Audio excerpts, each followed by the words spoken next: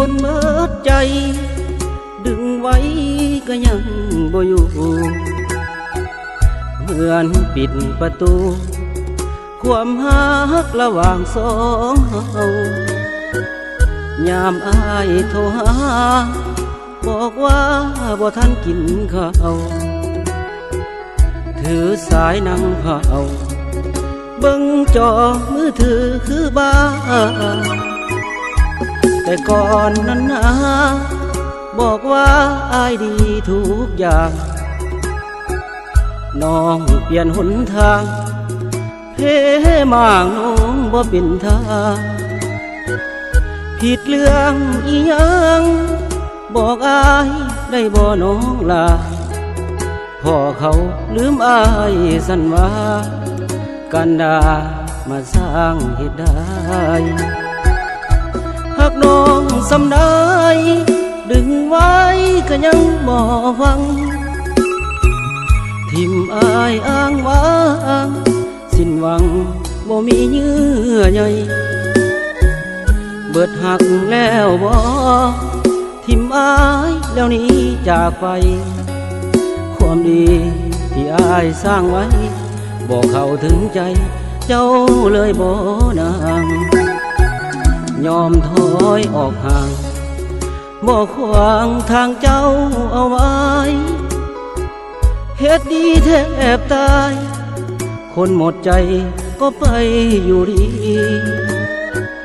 โชคดีเด้อล่ะให้แก้วตาน้องจงสุขีศาสนาหากบุญอายมีขอให้คนดีฮักอายเด้อนาง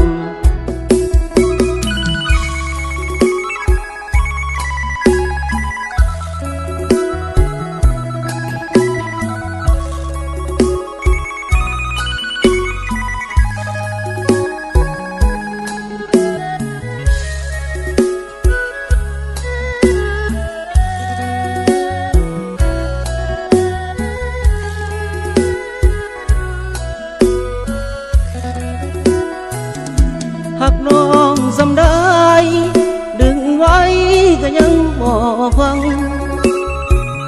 ทิมอายอ้างว้างสิ้นหวังบ่มีเยื่อใย